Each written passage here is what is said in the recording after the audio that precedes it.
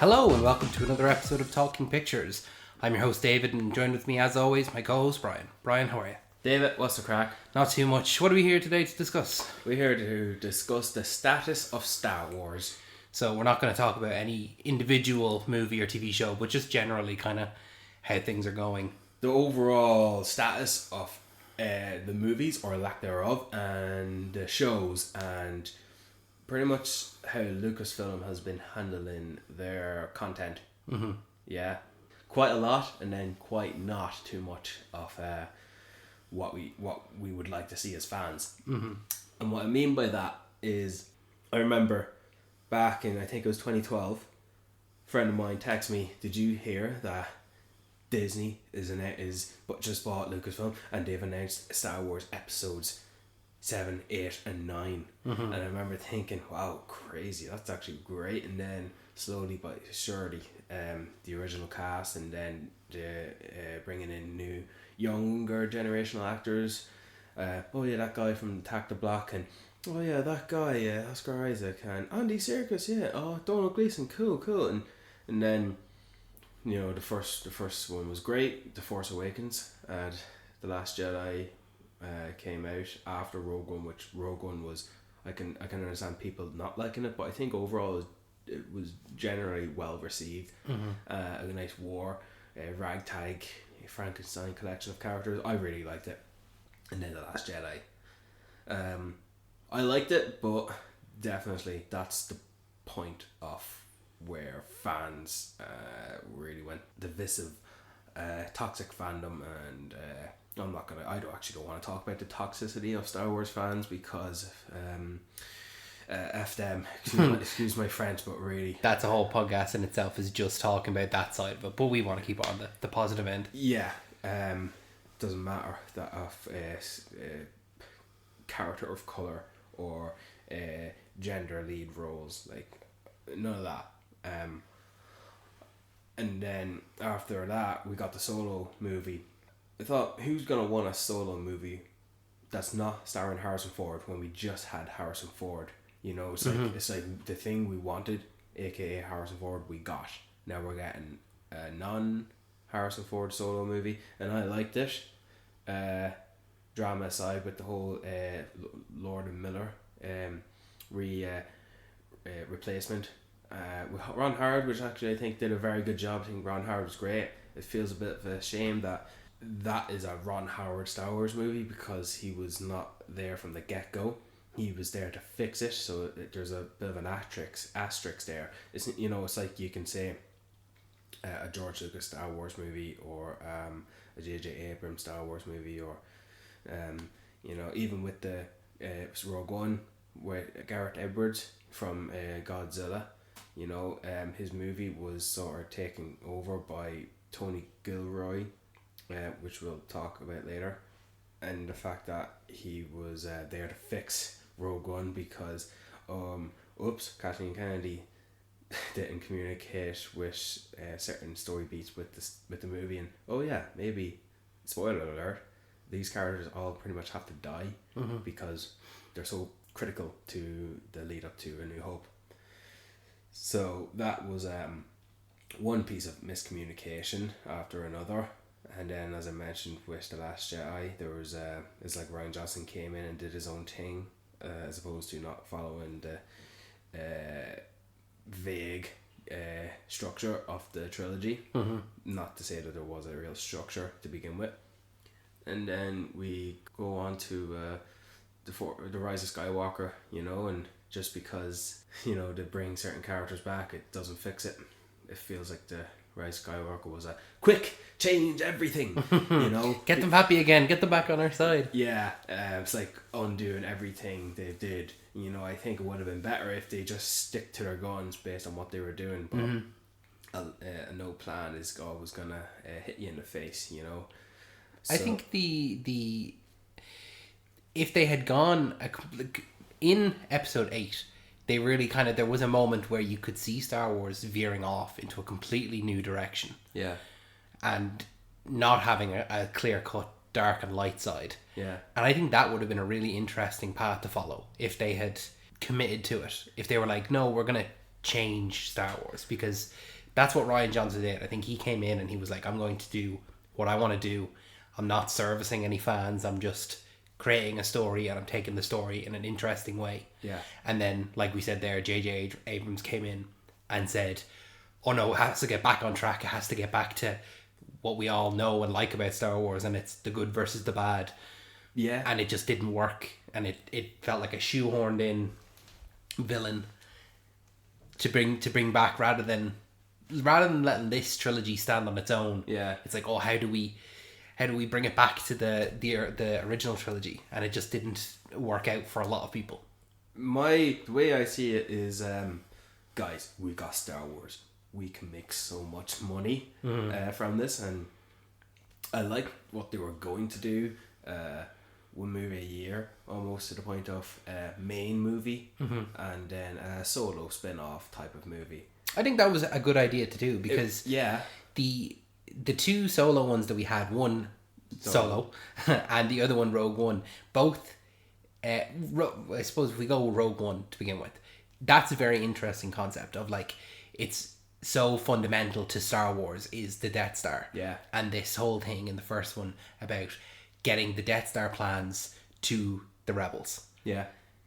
But how did we come to get the plans initially? And that's a great story. Like, how did this, you could do it, I suppose it was supposed to be kind of how this happened. How did we get to episode 4? Yeah. And I think it's in a way kind of a heist film, yeah, but not really. It's not as a traditional heist film. And I think that was a good swing at, like, here's a brand new cast of characters. It's still set within the Star Wars universe. It's still, connected through these places that we go to, the people that we see, but it's still on its own. Yeah. The only unfortunate thing is that we know that they all die. We know that they... Well, my understanding is maybe one or two of them could have lived. And this, I'd like to follow up. Like, we got Rogue One for the better. I'd like to address that later because of Andor down the line, but not just yet. Yeah.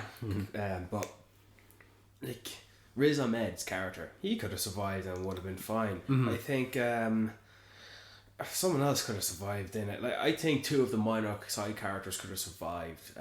But I don't know how that would turn out in the end. I don't know. It's kind of funny that they all blew up. But we're going. It's good to have. I'm happy to have had it. Yeah. Whereas something like Solo, you could give or take.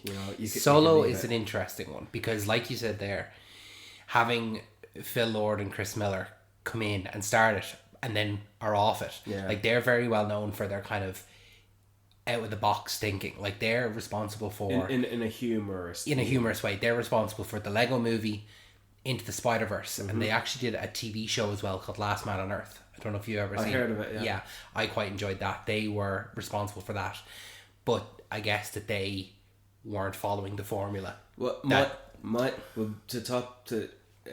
build up on top of that, my understanding is they were making a movie that they did not agree to make from the get-go. Okay. And Kathleen Kennedy, sure, look, she had to remove them and brought Ron Howard in, fix it in a matter of months, and I'm sure that's what got Bryce Dallas Howard maybe in the mix of all this. But hey, look, Ron Howard did a great job. But if it just feels like a fix, and it lost money. I think another thing to build on that as to why it lost money, it's one of the only Star Wars movies to come out at the beginning of the year. Most of the Star Wars films came out in December, and they're kind of that Christmas period. Whereas it came out between May. It came out in between Infinity War and something else that was really big. I can't think of it now. But it felt like a real. It's like, whereas Rogue One was an up there to a level of a main Star Wars movie, an episodic movie. Rogue One was a real mediocre, basic level type of a climactic event type of movie. And like you said, it's kind of hard to watch a film that's about Han Solo, who is a character that he's been in the cultural zeitgeist for years, since the 70s. We've had him, essentially when the movie came out, we've had him for nearly 50 years. Yeah. close to 40 to 50 years, and then to have him played by a different actor, that's jarring alone. Now, That I'm gonna having said that, yes, I know where you're gonna get to. Correct me if I'm wrong, and I'm not thinking what you were about to say, but the fact that this character who is supposedly having their own show, but nothing's come of it yet, that character is and has always been a side character. I'm talking about Lando Calrissian. I wasn't going anywhere near Lando. Oh, right. No, sorry. I was gonna say I'm gonna get his name wrong. Alden Ehrenreich did a great job. Yeah. I think he did a great performance, and he's not only having to play a character, he also has to play it to resemble another actor playing that character. Well, not imitating him. Exactly. It has to be in a way that you believe that he 10 years from that movie would be Harrison Ford. Yeah. Which is a tough enough task. Yeah. It is, in fairness. And then he's also pigeonholed in that, sorry, not pigeonholed the movie, but the movie is pigeonholed by the fact that as a prequel, I think prequels in themselves are very difficult. Very. Very difficult, because you have Han Solo and Chewbacca. And we know for definite Han Solo and Chewbacca have to make it to A New Hope and Empire Strikes Back and Return of the Jedi. So you cannot put them in any danger. Any danger that you put them in, I know there's no danger here. And there's specifically one part where where they're on a train, and Chewbacca is like, oh, he's going to fall off. And it's like, but he's not, though. I know he's going to be fine. So that's very difficult. And then as well as that, in a prequel, any new character, I've never seen this character before. So realistically, we're not going to see them again unless we see them in new stuff then going forward. Yeah. But we don't see Woody Harrelson's character or Emilia Clarke's character in any form. And we haven't since. It feels like we're saying one thing, but then we have to acknowledge there's another thing that would, for lack of a better word, contradict it. And this is going both ways, and I'll get to that in a minute. But it feels like with the whole status of prequels and side missions that are not episodic chapters, it's like the Star Wars episodic trilogies are like, it's like a train moving in a direction, and any other movie or show that is not following the main Star Wars storyline, that is essentially side stories and spin-offs spread throughout the various timeline, they're like coming into the train, beelining it. So it's like the main trilogy of Star Wars is moving in a horizontal direction, and all these side stories are tracking in to crash into it in a vertical direction to make it fit. Yeah.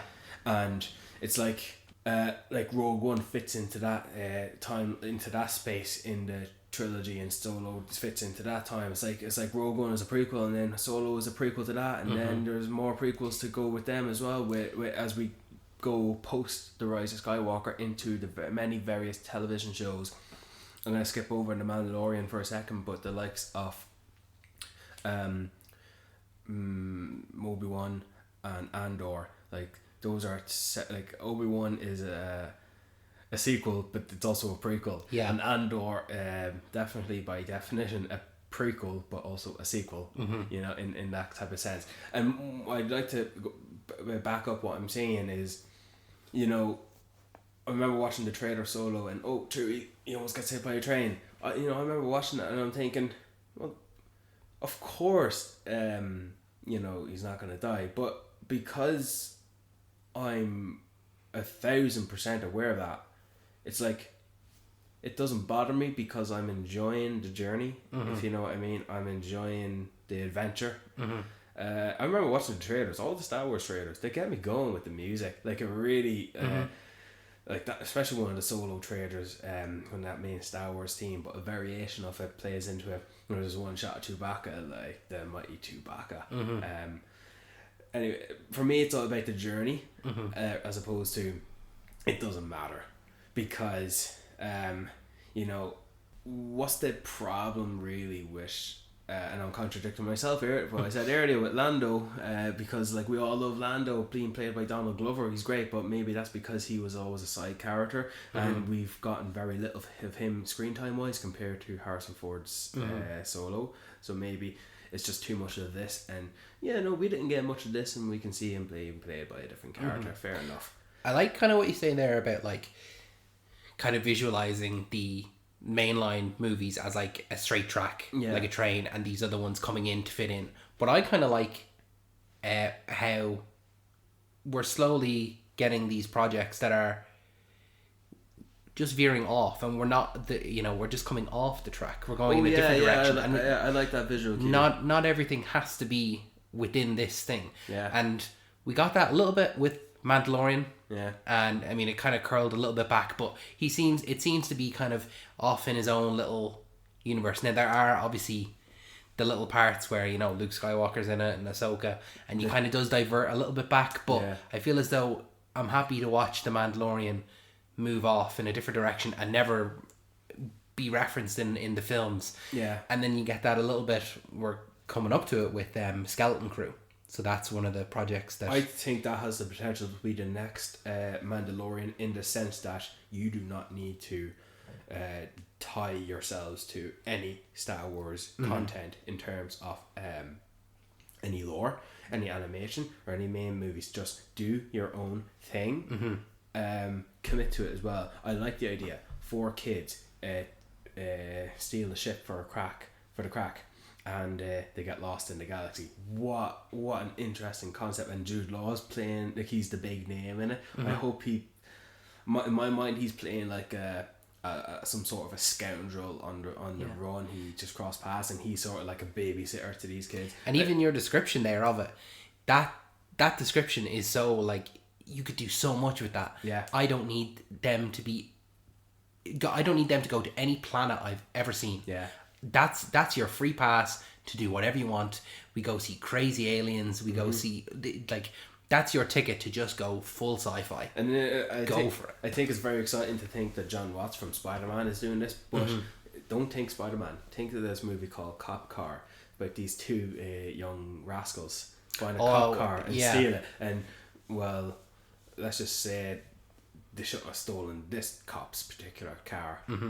Kevin Bacon's in it, and Shea Wiggum's in it, and they have a shotgun. One kid has a shotgun, and he's pointing at the other kid wearing a bulletproof vest. Are you ready? It's like, well, how do you pull the trigger? And there's a bit of drama going into it as well.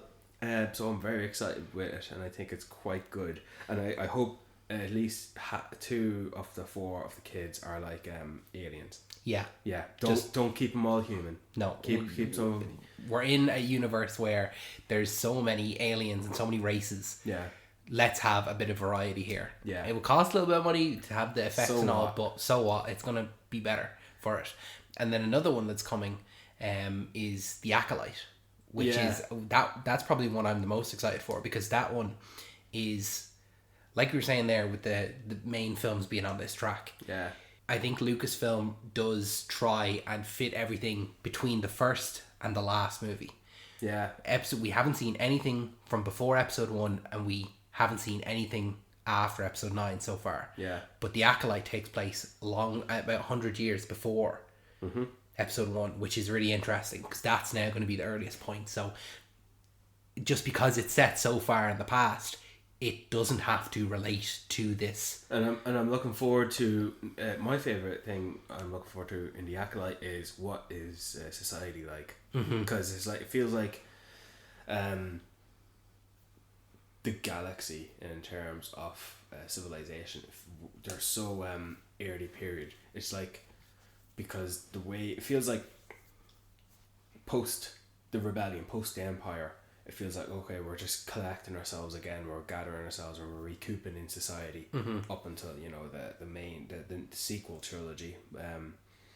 But like everything is we've been getting has been sort of like between. There's been no shows, I don't think, that have been released or in the making that is set within the era or post the Rise of Skywalker. It's always between. No. It's always in and around before or after A New Hope, The Empire Strikes Back, and Return of the Jedi. It's all within that time period. Andor, which fucking hell, Andor, which talk about following a 2-season, 12-episode story arc, 12-episode per season story arc, following a guy who we know dies in Rogue One, and yet the show to me is so impactful. I like it more than The Mandalorian. I think it's a better written show. I think it's better quality. I listened to like that final speech in the hologram so many times over and over. Like, this is where you see this part of the galaxy form a rebellion. Like, never have the words "fight the Empire" have been so impactful. When I think about Star Wars, I felt it. I really did feel it, and it feels there's so much. There's so much you don't know how they're gonna conclude it, because there's only gonna be one more season with 12 episodes, and every 3 episodes is going to take place within a year, leading up to Cassian Andor's final days, which before it will lead into Rogue One, and it's so good. It's just so damn good. And Tony Gilroy, who fixed with an asterisk, because he finished Rogue One. He took on Andor, and it's I really did love it so much, and it's so different compared to Mandalorian. Mandalorian and Andor are the top 2 shows, Star Wars and Lucasfilm, and it's unfortunate because I was looking forward to Obi-Wan so much, but I was quite disappointed in it. I don't even want to get into it why I'm disappointed in it. That's alright, yeah. I don't even want to get into why I was sort of disappointed with the Boba Fett show. Funny enough, the only best episodes of Boba Fett were the ones where it didn't feature Boba Fett. But let me ask you this. Yeah. What period do you prefer seeing? And it's the period after Order 66, so between episodes 3 and 4, Yeah. or between episodes 6 and 7. I go back and forth, and it's only those 2 periods. Yeah. Do you know why? Because I love, and I think Jedi Fallen Order, the game, makes me think this. The stress and pressure that protagonists and characters and storylines have to go through just to avoid this continuous conflict and this oppression within the galaxy. It creates good drama. It creates quite entertaining intrigue and intense suspenseful storylines, whereas it feels like there's quite a lot of freedom post episode 6, in between 6 and 7. It feels like there's a lot of freedom, hence is where all these shows are coming from, with Mandalorian and Ahsoka and probably likely Skeleton Crew, and you know, I actually, it's really either or, one or the other. I think it'll depend how many Star Wars projects we get following those timelines. Maybe I'll watch The Acolyte and think favorite era. Yeah. And if you're to section off in per category of the trilogy, if I think The Acolyte is has the best era based on this storyline, that is the era with the prequels. And people love to hate the prequels. They don't now. They like to say, the prequels are not that bad. They're actually quite good. Yeah, they're class. You know, screw the sequel trilogy. But you don't have to pick and choose. You can like each movie as individual as you can. And I suppose you know, we're talking about Lucasfilm in terms of where all their shows put for Disney Plus, and you know, fair enough. You know, milk the franchise until we're fed up of it, like a lot of people are now. But you know, I don't want people watching the show if they hate it just because there's a black woman in it. You know, but where are the movies? Yeah, it seems that they're like limiting a lot of these stories to TV shows. But it doesn't take that long to write a script, and I'm gonna say something I think may be controversial. Say it. I think Star Wars is better suited as TV series. Okay. I think that they take, for example, Andor. Yeah. If they had come out with, we're doing an Andor movie, you couldn't have packed as much into a movie as they did for that TV show, and you would have left unsatisfied. The same with Obi-Wan. I know you said that you didn't enjoy Obi-Wan, but I quite enjoyed it, and I think that it satisfied in me a part of Star Wars that I've always had trouble with, and that's connecting Anakin Skywalker and Darth Vader. I always, in my mind, saw them as two separate characters, but this did a really good job of linking those two for me. And I appreciate that. But if that was a movie, I don't think that we could have gone through that, seeing Obi-Wan's emotional turmoil and the hatred for himself of realizing that Anakin is now Darth Vader, and then seeing all that. I don't think you could do that in a movie. So I think Star Wars actually serves better as TV series, and being able to go off and do The Acolyte or Skeleton Crew, or just do something just completely out there and it's not related to this main overarching story. I think that the like realistically, do we think that we will get an episode 10, 11, 12? Not anytime soon. I think we will in our lifetimes. Now, they probably won't be a Skywalker saga. Of course, in our lifetime, but not just anytime soon. I think we're gonna get at least one or two, or we're gonna get at least one Star Wars movie. A Star Wars movie. That's not episode 10. If you get my drift. Mm-hmm. I think that we would need that. I think you need a movie that's not connected to those 9 movies. Yeah. And it's to stand out on its own. Otherwise, they're going to stay with the TV series. Yeah. Well, I remember when the 7th season of the Clone Wars came out. I didn't watch it because I don't watch Clone Wars, but I read reviews on how people loved it, and it was great. And this and The Mandalorian and what they've got on their slate upcoming, this we've seen now, I see a lot of potential in Star Wars TV shows. And Obi-Wan and Boba Fett did start off in development as movies, but then they were pushed to series. I liked Obi-Wan being a series because I wanted more storyline, but I didn't like a lot of creative decisions that went into Obi-Wan. And as I said, I'm not going to get into it. Boba Fett, yourself, compare him to the episode he had in The Mandalorian compared to the episode he just changed. They changed his character from one show to the next. He wasn't consistent. Yeah.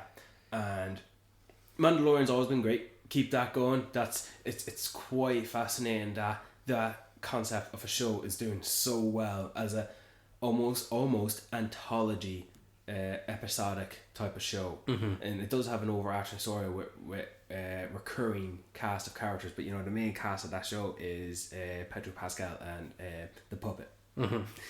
Because that's it. They're sort of like building a bigger resume of characters making more appearances, but not every episode. Like it was Carol Weathers, and previously it was Gina Carano, I think her name is. Yeah. And now Katie Sackhoff. I like that they're bringing characters back who voiced a character in animation. Now is bringing them back here. Ahsoka aside, but it's quite interesting as well as a non-animator show watcher. So I did not watch the Clone Wars. I did not watch Rebels, but it's nice to see they're bringing characters into live action from animation with the likes of Cad Bane and Ahsoka. Ahsoka was quite a bit experimental thing for me. I need to see this. Like, is this gonna work? I was gonna say the exact same thing. Is seeing the characters move from animation to live action. Yeah,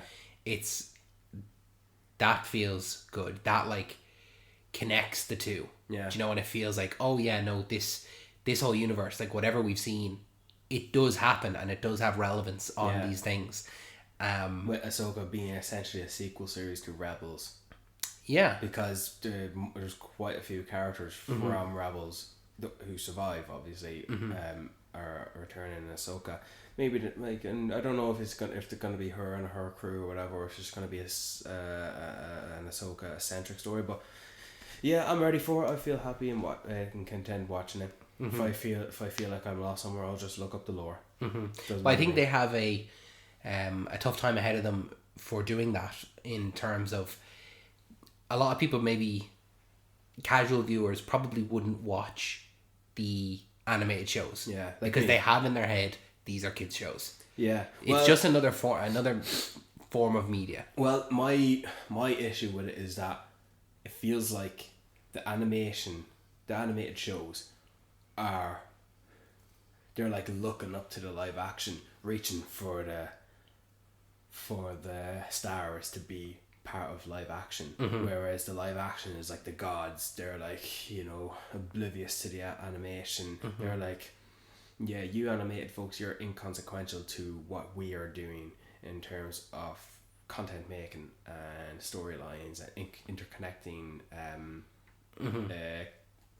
well, It's like the animation is a second thought. Yeah. And we're going to focus on the movies. The animation comes second. It's like it's a one-way street. It's like animation can venture into live action, but there's no I'm contradicting myself a little bit, but it's like I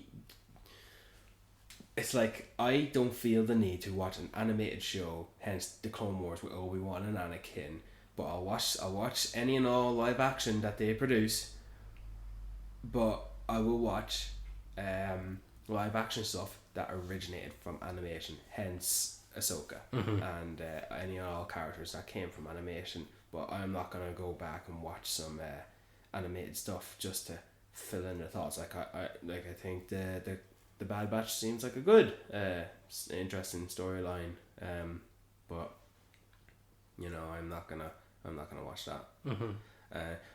So I think Star Wars, in my opinion, is in a little bit of a rut.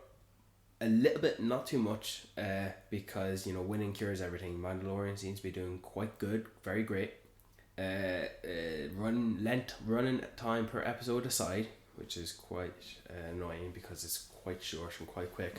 You know, that's a good thing when the complaint you have is it's not long enough, I want more. Yeah. You know, that's a good sign. Well, you know, funny enough, I don't look at... It's like when I watch a Game of Thrones episode or almost any good globally beloved HBO show or a select few truly awesome Netflix shows, like they'll all be long episodes. Like I'm watching Ozark. Every episode is at least an hour long. No ads. Whereas it's like, yeah, Disney, what are you doing? I don't hold up high in that regard, and that is beautiful, high quality. It's quite easy to say that, but it's true. Great quality storytelling in that of Andor. It's like that. Those are the two greats you can get from Star Wars or any storytelling content. You have the popcorn action, yeah, anyone can watch this in Mandalorian, and then you have the real sophisticated, adult orientated type of show in Andor. I love them both. I think it's great, and I think Star Wars in form of movies will always be, I suppose, popcorn movies, if you get my drift. I don't think we're gonna get a horror Star Wars. I don't think we're gonna get a drama Star Wars. I don't think we're gonna get, like, imagine that, Star Wars with drama. I think people find that boring. I think that's what he tried to do with the prequels. He tried to put in a love story there, you know, and people didn't. You know, good on him for doing that. But you know, when I say Star Wars is in a rut, it definitely is in the movies, because how many? I'll tell you now. I'll tell you by Gareth Edwards, Lord and Miller, Colin Trevorrow, drama aside, with their movies where they were in getting paid to develop and shoot. Post the release of all those movies, Benioff and Wife from Game of Thrones were going to do a trilogy. That's gone. Rian Johnson was going to do a trilogy. That's not going to happen. No, it's not going to happen. I think it's just for the better. It's unfortunate. He's good. I don't care what anyone says. He did good. He's a good screenwriter. He's a good director. I think I don't think fans were ready for something different for Star Wars. I think we needed the popcorn first, and then we can venture into more experimental stuff, aka Andor. We weren't ready for that yet. But you know, Benioff and Wife, that's a project that didn't come true. Rian Johnson, that's a project that didn't come true.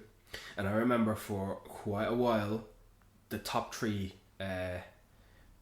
projects that were in development simultaneously, separately, Patty Jenkins with Rogue Squadron, a Taika Waititi Star Wars, which could have been something very different on its own, and a Kevin Feige produced Star Wars movie.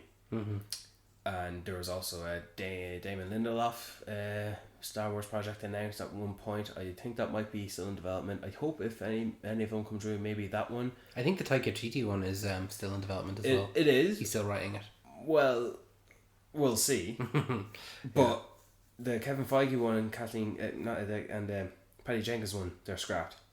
I'm quite disappointed with that. I'm quite disappointed with the Patty Jenkins one because the way she described it was like Top Gun in space. Yeah, I was quite excited for that when it was initially announced. I was like, that sounds cool. I remember they were pulled separate occasions. They were like the Taika Waititi and the Patty Jenkins ones were pulled from their release slates, and I don't know why. What's keeping Taika Waititi? I think he's just doing his own things.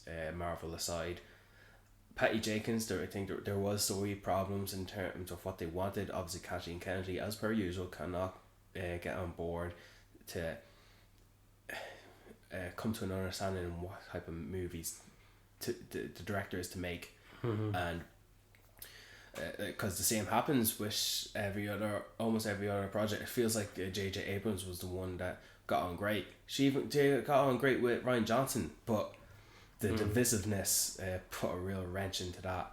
Seems like Kathleen Kennedy needs to kind of get in the mindset of Kevin Feige, who can just sit down and plan it out and say, okay, these are the things. Be able to present that to directors and say, this is what we're looking for. Yes. Does your style fit into this or not? Because it just feels willy-nilly that she's having arguments with people and it's not working out. I think the difference between it is that Kevin Feige is an executive producer who has an oversight in every project that is coming from Marvel, whereas Kathleen Kennedy is approaching it as a movie producer, not an executive producer, working movie by movie. It's like she's putting too much focus narrowly on a movie as opposed to an overall Star Wars movie producing. Essentially what I'm saying is she's a great producer, but she's not a great executive producer. She'd be good on one movie, but not in the galaxy far, far away. Yeah. Not the whole. Think of it as like Kevin Feige is a great creative mind, whereas Kathleen Kennedy is a great logical real life. It's like she can't create a universe like Kevin Feige, but she can get you anything you need to film it, if you know what I mean. And keep an eye on the time period after Indiana Jones and the Dial of Destiny. See how long she'll be in Lucasfilm, because I think she's going to step back. Her days are numbered. I think her days are numbered, because I think we're due a Star Wars movie. Like not a chapter 10 and episode 10, but just give us a good one, you know. Show us that Star Wars movies can stand apart from the Skywalker saga. Yeah, and you know, I have this fantasy of a Star Wars movie or show, maybe a movie. It's like a amalgamation of these type of characters who band together. They're essentially a pirate crew, scavenging throughout the galaxy, trading and selling and trying to make a quick buck. You know, you have the captain, you have the first mate, and then you follow a protagonist who's a young kid, just gets recruited just to join a ship, and then the ship becomes their home, and ends all tragically. The ship blows up, and they all make their escape, and like it turns out that their home is who they are as a people, not the ship itself. You know, I have it in my head. The captain of the ship, played by what's her name? I think she's French. She was Talia al Ghul in The Dark Knight Rises. Marianne Cotillard. That's her. I imagine her as a captain of a like a pirate ship. Like not a traditional pirate ship, but like, you know, they're their own thing, you know. And I have like just put in as many random actors as you can, like Barry Keoghan or Stephen Yeun or Michael Rooker, or but I think like I would also like what's her name? She's Irish. She was in Women Talking. She was I have to look up her What name. else is she in? She I'm was good at in Wild Rose. She was in Men. Jessie Buckley. Jessie Buckley, yeah. Yeah, she's great. I like her in it. And you know, let one of the characters. Oh yeah, they have a lightsaber. They don't have to be a Jedi. They just. Yeah, because a lightsaber is a Jedi's weapon. Yeah. But you can just have one. Yeah. You know. Just have one of them have a lightsaber. Maybe it was like, oh yeah, no, weapon. I was a Jedi and I stepped away. Maybe. I'm no longer. Yeah. It doesn't matter. Who cares? You know. Just do whatever. That's my thoughts on Star Wars. Essentially, I think there's a Star Wars celebration coming up soon. I think we should get one movie announcement, but don't give us a name and a title and a director. No, give us a cast. Give us a start date for filming. Give us a release date. But I think the earliest we will ever get a new Star Wars movie will be 2025. Very early. Yeah, that's the earliest. I think. Yeah, I think. Like you said there, that's your dream at the moment is to have that kind of a movie. I think for me, my dream, I wouldn't say it's an actual movie, but it's like we were saying there about moving from one medium to the next. Yeah. Having Cameron Monaghan play Cal Kestis, the main character from the video games Jedi Fallen Order. Yeah. Having him cross over into live action, I think that would be great because he plays him in the game and it's modeled after him. He voices him and everything. I think it would just be great to kind of legitimize the video games into the whole world of Star Wars again. It's kind of funny as well to see all these characters that you don't know. Like, I think it's an assumption. Oh well, you know, they're not in the main Star Wars trilogy, so you know they'll obviously die or something like that. Well, no, not necessarily. You know, so just because you're this and that, it doesn't mean you need to be. You know. Anyway, they're not in the best situation, but I think if you're to compare it to the MCU now, I think it's getting level because it's like the world stops for the MCU when they're releasing something, whereas the MCU is sort of come down on that meter to almost be face to face to Star Wars. You know. Like that's what it's always been. It's always Star Wars, DC, and Marvel.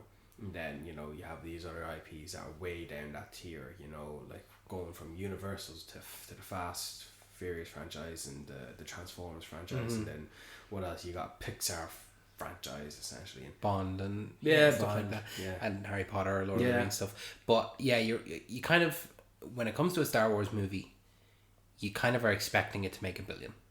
At this stage, that feels like it's a Star Wars movie. You're pretty safe in getting over $1 billion. Yeah, and if fans are still gonna be toxic, well then I just keep casting Black, Asian, all that. But keep Romanian, Indian. Keep casting. Don't give us any white lead characters, and if they do, they better be a woman.